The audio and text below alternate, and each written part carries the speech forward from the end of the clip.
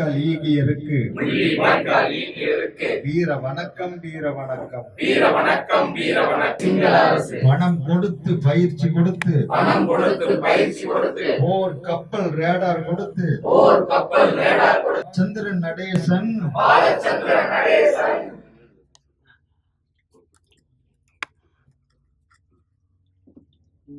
இந்திய அரசு இனப்பகை அரசு தமிழர் இனமே நெஞ்சில் நிறுத்து உள்ளி வாய்க்காலில் மூண்ட நெருப்பு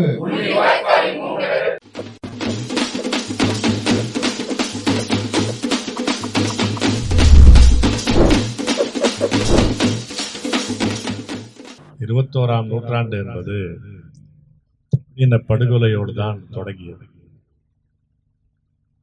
உலகமே பார்க்க இது ஒரு சாட்சியற்ற கொலை அல்ல. உலகமே பார்க்க வல்லரசுகள் எல்லாம் சேர்ந்து அழித்த ஒரு இனமாக தமிழீழத்தில் தமிழர்கள் ஒரு இனப்படுகொலைக்கு ஆளான ஒரு உச்சமான நாள் தான் இந்த மே 18. 2008 2009 அந்த 1.5 ஆண்டுகளில் அந்த முழு ஆண்டு 2008 2009 மே நடுப்பகுதி வரை ஒரு 1.5 ஆண்டுகளுக்குள்ளாக 1,70,000 பேர் தமிழர்கள் கொல்லப்பட்டார். ஒரு சிறிய நிலப்பரப்பில் கொத்து குண்டுகள், பாஸ்பரஸ் குண்டுகள் என்று 2ஆம் உலகப் போருக்கு பிறகு தடை செய்யப்பட்ட ஆயுதங்களை பயன்படுத்தி அந்த இனம் அந்த அவர்களுடைய மண்ணிலேயே அழிக்கப்பட்டது. அவர்கள் தமிழ் மொழி பேசினார்கள், சுதந்திரமாக உரிமையோடு வாழ விரும்பினார்கள் என்பதை தவிர அவர்கள் மீது எந்த குறையும் இல்லை, குற்றமும் இல்லை. அதை இடைவிடாது வலியுறுத்தியதற்காக, அதற்காக போராடியதற்காக இரத்த வெள்ளத்தில் மூழ்கடிக்கப்பட்ட இனமாக ஈழத்தில் தமிழ் இனம் வைக்கப்பட்டது. அந்த இன அழிப்பு நடந்த காலத்தில் சிறுவர்களாக சிறுமியர்களாக இருந்தவர்கள், அந்த காலத்தில் அரசியல் கவனம் இல்லாதவர்கள் கூட இன்றைக்கே கூட இந்த கூட்டத்திலே வந்திருக்கிறீர்கள். அந்த இன அழிப்பு போர் என்பது ஒரு நீண்டகால இனப்பகையினுடைய விளைவு. இலங்கை என்பது இந்தியா 1947 வெள்ளைக்காரரிடமிருந்து சுதந்திரம் பெற்ற போது ஒரு ஆண்டு கழித்து இலங்கை சுதந்திரம் அடைந்தது 1948 பிப்ரவரி. அந்த 1948 சுதந்திர இலங்கை அரசு, சிங்கள அரசு போட்ட முதல் ஆணையே, முதல் சட்டமே அங்கிருந்து அந்த நாட்டை வளப்படுத்துவதற்காக 200 ஆண்டுகளுக்கு மேலாக அங்கே வாழ்ந்த தமிழர்கள், மலையக தமிழர்கள், அவர்களை நாடற்றவர்கள், குடியுரிமை அற்றவர்கள் என்று ஆக்கினார்.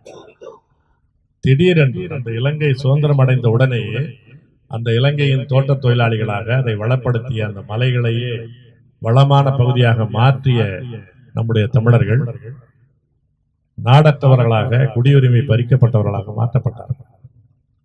ஒரு நீண்ட போராட்டம், பல கெஞ்சல்கள், இங்கே இருக்கிற அரசியல் தலைவர்களை பார்த்து பார்த்து பார்த்து அவர்கள் மனு கொடுத்து, அழுத்தங்கள் கொடுத்து, ஒரு கட்டத்திற்கு பிறகு இந்தியா தன்னுடைய தேவைக்காக இலங்கையை தன்னுடைய வளையத்திற்குள்ளே வைத்துக் கொள்ள வேண்டும் என்ற தேவைக்காக சிங்கள பேரினவாதத்திற்கு துணை செய்யக்கூடிய வகையில் நாடற்றவர்கள் அனைவருக்கும் குடியுரிமை வழங்க வேண்டும் என்பதற்கு பதிலாக ஒரு பகுதியினரை தமிழ்நாட்டிற்கு அழைத்துக் கொண்டது.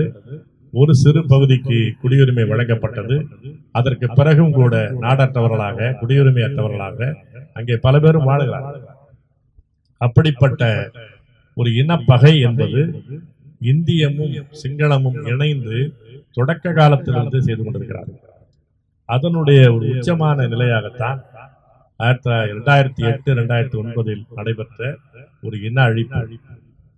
இது ஒரு பயங்கரவாதத்திற்கு எதிராக, தீவிரவாதத்திற்கு எதிரான ஒரு போரில் கூட இருந்த மக்கள் இறந்தார்கள் என்று கதை சொல்கிறார்கள். உண்மையில் அவர்கள் ஆயுதம் எடுக்காத காலத்திலேயே படுகொலை செய்யப்பட்டார்கள்.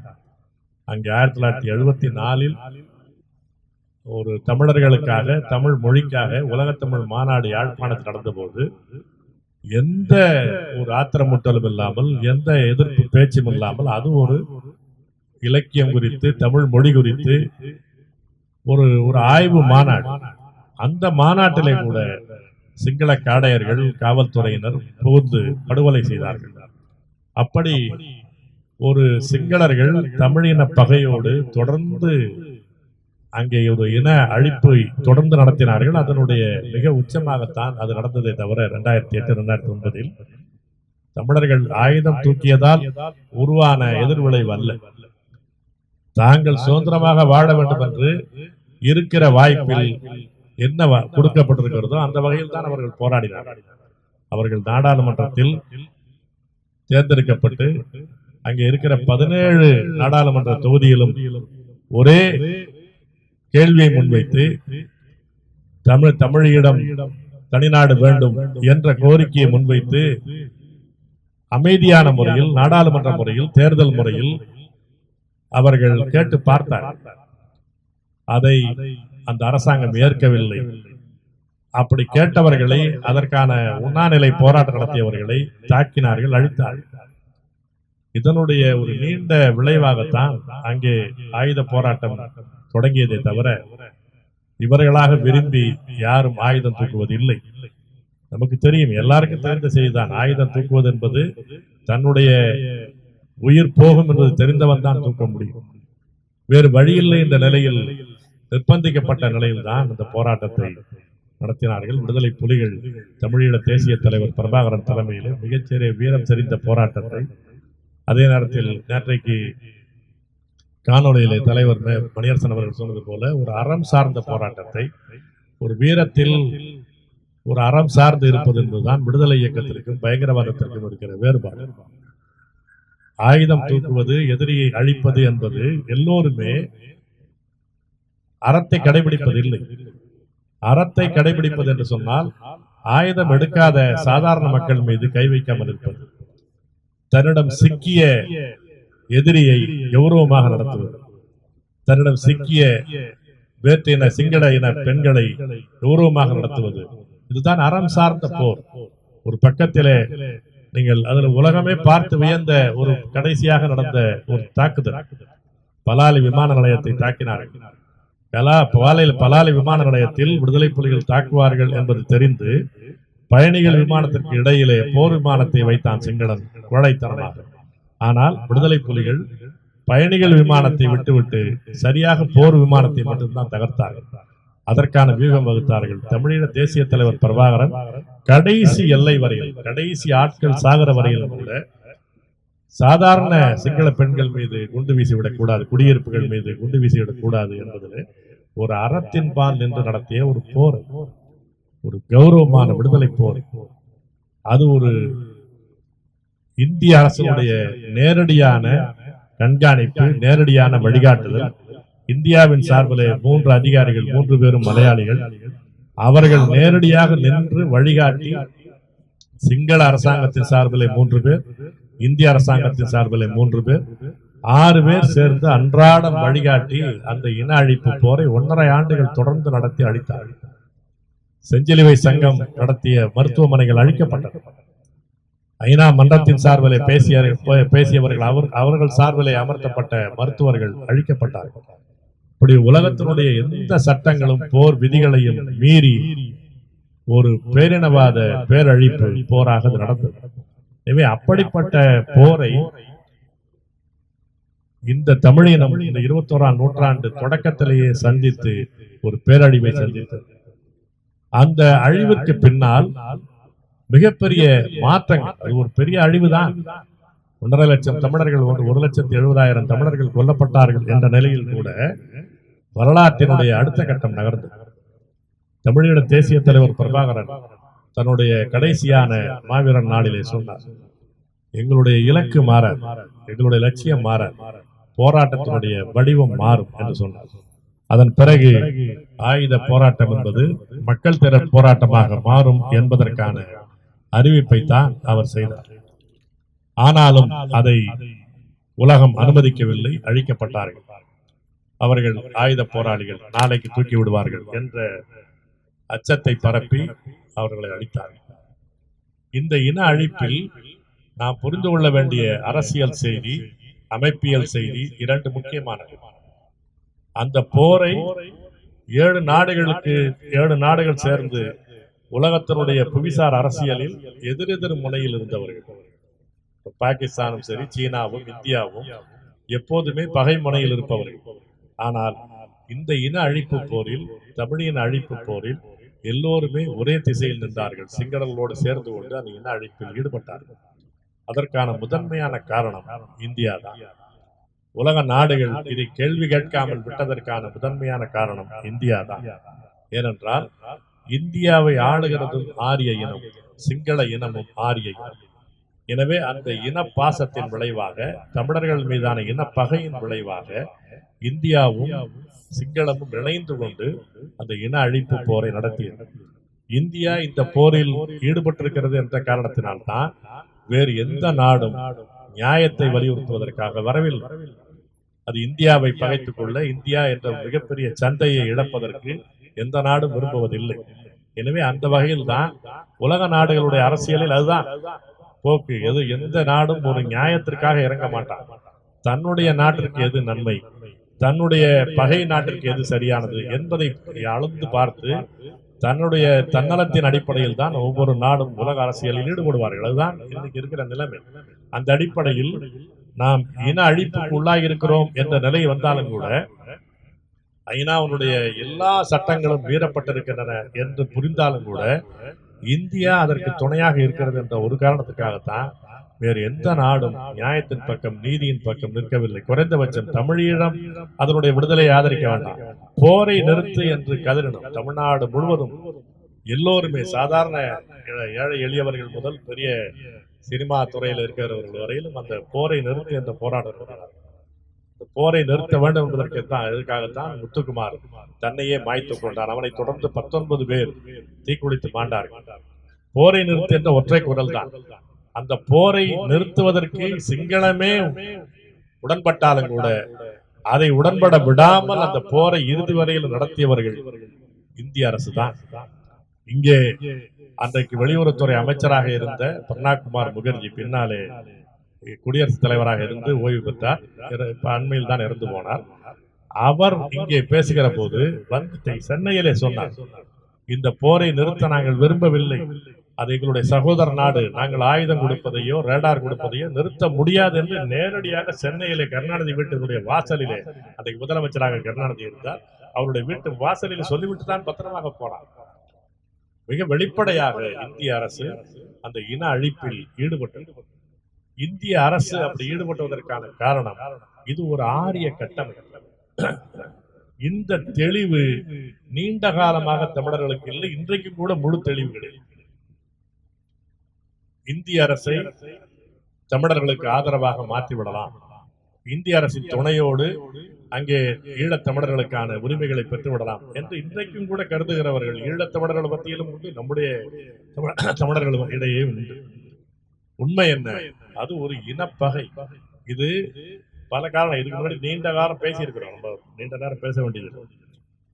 இது இதோ சோனியா காந்தியினுடைய கோபத்தினால் வந்தது அல்ல. ராஜீவ் காந்தி விடுதலை புலிகள் கொண்டு விட்டார்கள், அதற்கு பழி வாங்குவதற்காக செய்தார்கள் என்று சொன்னால் சோனியா காந்தி செய்தார். அதற்கு பிறகு பாரதிய ஜனதா கட்சி என்ன செய்தது? எனவே இது ஒரு கட்சியின் பிரச்சனை அல்ல, ஒரு தலைவரின் பிரச்சனை அல்ல. அதுபோல அது சில பேர் புத்திசாலித்தனமாக சொல்வார்கள், அந்த இலங்கையினுடைய புவிசார் தன்மை அப்படி இருக்கிறது. எனவே இன்றைக்கு இருக்கிற உலக அரசியலில், வல்லரசு அரசியலில் அங்கே காய் நகர்த்துவதற்கு இலங்கையை கையிலே வைத்துக் கொள்ள வேண்டும் என்று அதுதான் முதன்மையான சொல்வார்கள். அது ஒரு சிறு பகுதி தான், மிக அடிப்படையானது ஒரு இனப்பகை. தமிழர்களுக்கு உரிமை வந்துவிடக் கூடாது என்பதிலே ஆரிய இந்தியா உறுதியாகத்தான் இருக்கும். எனவே இந்த இன அழிப்பில் நாம் புரிந்து கொள்ள வேண்டியது, இந்தியா என்பது ஒரு ஆரிய கட்டமைப்பு, அது இனப்பகை அரசு. யார் வந்தாலும் தமிழர்களுக்கான அரசாக இருக்கவே இருக்காது. இந்த இவர் போய் அவர் வருவது, கூட்டணியில் சேர்வது, அவனை சேர்வது, இவனை சேர்வது என்று எது வந்தாலும் சரி, அவனுக்கு பதவி பங்கீடு கிடைக்கும், பணம் கிடைக்கலாமே தவிர இன உரிமை கிடைக்காது. மிக தெளிவாக புரிந்து கொள்ள வேண்டும்.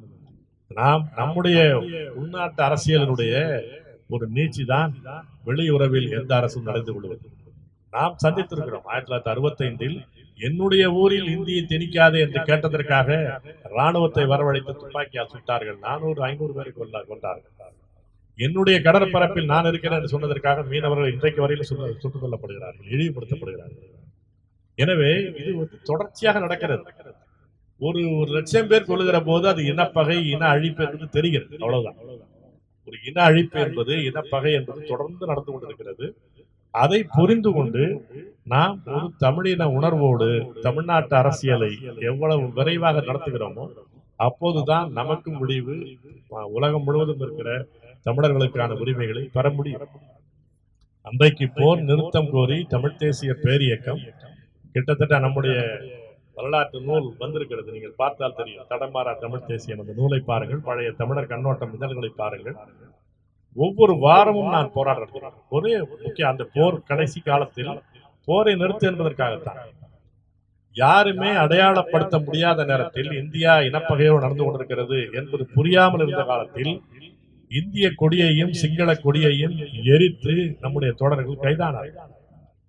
அதிலே பல இடங்களில் போராட்டம், பல இடங்களில் கொளுத்தினம், சில இடங்களிலே நிபந்தனை பிணையில சிறைக்கு போனார்கள் தோழர்கள், நிபந்தனை பிணையில வெளியிடப்பட்டார்கள். கோவையில இருக்கிறவர்களுக்காக அந்த வழக்கிலே மட்டும் தமிழ்நாடு அந்த சென்னை உயர்நீதிமன்றம் நிபந்தனை என்ற பெயராலே நீ கொளுத்திய இந்திய கொடியை உன் வீட்டில் ஏற்ற வேண்டும் என்று சொன்னார். அதுதான் நீதிபதி நிபந்தனையாக வைத்தார். உன்னை விடுவதற்கு தயார், ஆனால் உன் வீட்டு வாசலிலே அந்த கொடியை ஏற்ற வேண்டும் என்று சொன்னார். நான் முடியாது என்று சொன்னார். அது என்னுடைய இனப்பகை அரசு, இந்த இனப்பகை கொடி, அதை நான் வணங்கக்கூடிய கொடி அல்ல, நான் வெறுக்கக்கூடிய கொடி. எனவே அதை நான் கொளுத்தியதற்கு அதை ஏற்றுவது என்ற நிபந்தனை ஏற்க மாட்டேன் என்று சொல்லி நம்முடைய தோழர் தமிழரசன், தியாக அமைப்பை சேர்ந்த பாரதி ரெண்டு பேரும் மற்றவர்களாம் வெளியில எடுத்தோம். அவர்களுக்கு நிபந்தனை அல்ல, இவர்களுக்கு மட்டும் அந்த நிபந்தனையை சொன்ன பிறகு அது முடியாது என்று உச்ச நீதிமன்றம் வரையில் போய் அந்த நிபந்தனையை நீக்குகிற வரையில் நமக்கே நேரடியாக அறிமுகம் இல்லாத ராம் ஜெத்மலானி என்ற மிகப்பெரிய வழக்கறிஞர், அவர் சும்மா காலடி எடுத்து வைப்பதற்கே 2 லட்சம் கேட்பாரு. அவர்கள் நம்ம யாரும் பார்த்தது கூட கிடையாது. ஆனால் அவர்கள் பல மனித உரிமை அமைப்புகள், குறிப்பாக மதிமுக அவருடைய வைகோ அவர்கள், இவர்களுடைய அறிமுகத்தின் காரணமாக இந்த வழக்கு பற்றி தெரிந்து அவர்கள் காசு வாங்காமல் நீதிமன்றத்தில் வாதாடி நம்முடைய தோழர்கள் அந்த நிபந்தனையை ஏற்காமல் ஓராண்டு சிறையில் இருந்தார். அதற்கிடையிலே பல பேர் மாத கணக்கில் பிணையில வெவ்வேறு ஊர்களில் வைக்கப்பட்டார்கள். அந்த போர் நடந்த காலம் முழுவதும் போர் நிறுத்தத்திற்காக தமிழ் தேசிய பேரியக்கம் தனியாகவும் நம்முடைய கருத்து உடன்பாடு உள்ளவர்களை இணைத்துக் கொண்டு நடத்திய போராட்டம் எண்ணற்ற எல்லா இடத்திலும் நடத்தினோம், அந்தந்த பகுதியில் நடத்தினோம். அப்படிப்பட்ட போராட்டங்களுக்கு பிறகு கூட அந்த போரை நிறுத்த முடியவில்லை என்பதற்கான காரணம் என்னவென்று சொன்னால், அன்றைக்கு அந்த தமிழீழ விடுதலை போராட்டத்தினுடைய அடிநாதமாக என்ன இருக்கிறது, இந்திய அரசுடைய தன்மை என்ன என்பதை பற்றி பெரும்பாலான தமிழர்களுக்கு புரியவில்லை. அந்த இன அழிப்புக்கு பிறகுதான் 2008-2009 பிறகுதான், குறிப்பாக முத்துக்குமாருடைய மரணத்திற்கு பிறகுதான் தமிழ்நாட்டில் தமிழ் தேசியம் என்பது புத்தெழுச்சி பெற்றது. அதற்கு அவ்வளவு பெரிய விலை கொடுத்திருக்கிறது. நம்முடைய தமிழ் தேசிய பேரியக்கம் பிறந்ததற்கான முக்கியமான தூண்டுகோல் 1984 நடந்த ஜூலை படுகொலை தான். அதற்கு முன்னாலெல்லாம் ஒரு அனைத்து இந்திய கட்சியில், கம்யூனிஸ்ட் கட்சியில் எடுத்துக்கொண்டு விட்டார். 1984 ஜூலையில் நடந்த அந்த படுகொலை தான் இந்தியா என்று பேசுகிற எவனும், அவன் மக்களுக்காக போராடுகிற கம்யூனிஸ்ட் கட்சியாக இருந்தாலும் சரி, ஆளுங்கட்சியாக இருந்தாலும் சரி, எல்லோரும் ஒரு நிலையில் இருக்கிறவன் என்ற தெளிவு அந்த 84 ஜூலை படுகொலைக்கு பிறகு வந்துதான். அது ஒரு தூண்டுகோலாக அமைந்து நாம் வெளியே நம்முடைய அமைப்பினுடைய வரலாற்றிலேயே தமிழீழ போராட்டம் மிக முக்கியமானது. அதே போல தமிழினத்தினுடைய அடுத்த கட்ட நகர்வு என்பது இன்றைக்கு இளையோர்கள் இடையே ஒரு இன உணர்வு வந்திருக்கிறது சொன்னால், அந்த 2008-2009 அந்த இன அழிப்புக்கு பிறகு, குறிப்பாக முத்துக்குமாருடைய ஈகத்திற்கு பிறகு, அதை தொடர்ந்து வந்த 19 தமிழர்களுடைய ஈகத்திற்கு பிறகுதான் அது தெரிகிறது. 2 செய்திகள் வந்தது. அதற்கு பிறகு இது இந்த இந்தியத்தோடு முரண்படுகிற கோட்பாடு அல்ல திராவிடம் என்பது, ஆரியத்திற்கு துணைப்படை தான் திராவிடம். அது ஏதோ ஒரு கருணாநிதி என்ற ஒரு தனி நபருடைய சந்தர்ப்பவாதம் அல்ல, ஒட்டுமொத்த கோட்பாடை அப்படித்தான் என்ற தெளிவு அதன் பிறகுதான் இளையோரிடத்தில் வந்தது. ஒரே நேரத்தில் ஆரியமும் திராவிடமும் முகம் கிழிந்து தொங்குவதற்கான மிகப்பெரிய விலையை தமிழினம் கொடுத்திருக்கிறது. 1.5 லட்சம் பேர் இறந்ததற்கு பிறகுதான் அந்த அறிவு நம்முடைய இனத்திற்கு வந்திருக்கிறது. அதன் பிறகுதான் இன்றைக்கு தமிழ் தேசியம் என்பது மிகப்பெரிய ஒரு சக்தியாக வளர்ந்து வருகிறது, ஒரு இளையோருடைய கருத்தாக வளர்ந்து வருகிறது. அதை முன்னெடுத்து போகிற முதன்மையான இயக்கமாக தமிழ் தேசிய பேரியக்கம் வளர்ந்து வருகிறது என்று சொன்னால் இதற்கு இவ்வளவு பெரிய விலை கொடுத்திருக்கிறோம். நாம் நம்மை பொறுத்தளவில் கடைசியிலே அந்த வடிவம் மாறலாம் என்று தமிழீழ தேசிய தலைவர் பிரபாகரன் அவர் நாட்டுக்கே சொன்னது போல, நாம் தொடக்கத்திலிருந்து நம்முடைய போராட்டம் என்பது மக்கள் திரள் போராட்டம் தான். ஆனால் விடாமல் அரசாங்கத்தினுடைய நிறுவனங்கள் நிர்பந்திக்கப்படுகிற அளவுக்கு நம்முடைய போராட்டங்கள் பெரும் மக்கள் திரள் போராட்டங்களாக மாற வேண்டும் என்ற முயற்சியை நாம் எடுத்துக் கொண்டிருக்கிறோம். உண்மையில் அந்த போர் நிறுத்தம் வராததற்கான காரணமும் பெருந்திரள் போராட்டமாக இந்திய அரசுடைய நிறுவனங்கள் இங்கே செயல்பட முடியாத நிலையை உண்டாக்கி இருந்தோம் சொன்னால் போர் நிறுத்தம் வந்துடும். அப்படியான நிலையை அன்றைக்கு நாம் உண்டாக்க முடியவில்லை. பிறகு இன்னும் சொல்ல போனால் பின்னாலே பாலச்சந்திரன் பிரபாகரனுடைய கடைசி பையன் பாலச்சந்திரனுடைய மறைவு, அவனுக்கு பிடித்து சிறைபிடிக்கப்பட்டு கொல்லப்பட்டான் என்ற செய்தி பின்னாலே வந்ததற்கு பிறகுதான் ஒரு இளையோருடைய குறிப்பாக லயோலா கல்லூரி மாணவர்கள் போராட்டம், அது அடுத்தடுத்த போராட்டம். நம்முடைய தமிழக மாணவர்கள் அந்த அண்ணாமலை பல்கலைக்கழகத்தில் அந்த போராட்டத்தை தொடர்ந்து அமெரிக்காவுடைய தீர்மான நகலை கொளுத்தி அதனுடைய திசை வழியை மாற்றிய பிறகுதான் மிகப்பெரிய ஒரு எழுச்சி, இது ஒரு இனப்பகை அரசு என்ற தெளிவு வந்தது. அதன் பிறகுதான் இன்றைக்கு தமிழ் தேசியம் என்பது ஒரு முக்கியமான அரசியல் நீரோட்டமாக மாறி இருக்கிறது. அதற்கு இவ்வளவு பெரிய விலையை கொடுத்திருக்கிறது. எனவே ஈழத்தமிழர்கள் அவர்கள் செய்த ஈகம் என்பது அவர்களுடைய விடுதலைக்கான ஈகம் மட்டுமல்ல, தமிழ்நாட்டில் தமிழ் தேசியம் என்பது அடுத்த கட்டம் நகர்வதற்கான ஒரு தூண்டுகோலாகவும் அவருடைய தியாகம் என்பது அமைந்திருக்கிறது. அந்த வகையில் எவர்களுடைய அந்த போராட்டம் அவர்களுடைய தமிழீழ விடுதலையும் தமிழ் தேசியத்தில் நம் தமிழ்நாட்டினுடைய தமிழ் தேசிய உரிமைகளை பெறுவதற்கான தொடர்ந்த போராட்டங்களில் நாம் தொடர்ந்து ஈடுபட வேண்டும். அதற்கான தூண்டுகோலாக இந்த ஈகியருடைய அந்த ஈகம் என்பது இருக்க வேண்டும். நாம் அவர்களிடமிருந்து கற்றுக்கொள்ள வேண்டிய செய்தி என்பது நேற்றைக்கே தலைவர் மணியரசன் அவர்கள் சொல்லியிருக்கிறார். ஒரு அறம் சார்ந்து நிற்பது, அறிவோடு நிற்பது, வீரத்தோடு இருப்பது, எதற்கும் நாம் கொண்ட லட்சியத்திற்காக நம் அளவில் எதை இழக்க முடியுமோ இழப்பதற்கு தயாராக இருக்க வேண்டும். விடுதலை என்பது எவனும் தாம்பாளத்திலே வைத்து கொடுப்பது இல்லை. உரிமை என்பது எவனும் தங்க தாம்பாளத்திலே கொடுப்பது இல்லை.